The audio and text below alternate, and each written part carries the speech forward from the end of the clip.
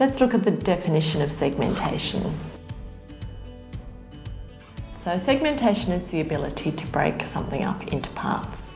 In phonological awareness tasks, we're going to segment sentences into words, words into syllables in this module, and in the coming modules we're going to be looking at segmenting syllables into sounds.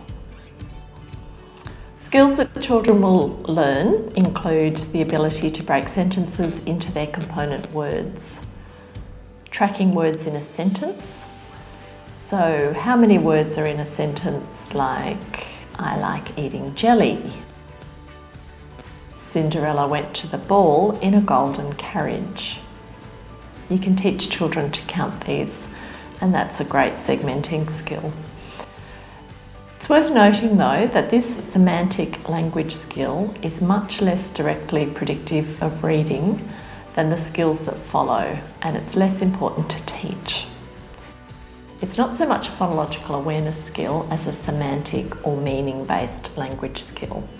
However, like rhyming, children really enjoy these activities, so please include them in your program. Let's take a look at some activities that you may choose to include in your program. Word awareness.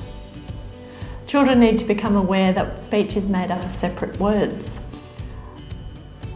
They don't concentrate on separate words, but rather on the meaning. So in this module, children will learn to identify word boundaries, which is an important skill when learning how to read. As always, I encourage you to involve the parents and carers of the children you're working with. And like for the other modules, there is a letter to parents template that you can include to let them know the activities you're doing and some resources and apps that they may like to use at home. Words in book titles. This is a good activity to do before you read a story. Read the title of the book to the children and tell the children that words can be written down. Point to each word as you read and ask the children to help you point to the words as you say them. You can count the words in the book title, you could put counters on the words in the book title, and then you can count up the counters. You'll see in this video that the teacher is pointing out the title of the book, and this is a great place that you can do this activity and do some segmenting. So the name of the book, Alpacas with Maracas. So this is the first word. This is where I'm going to start to read the book for you at the beginning of the book, and we'll work our way through. So we're going to read the book from this side to this side. That's right. So these are the words. What's in between the words? Arrow. Oh, there's an arrow. But there's some spaces in between the words.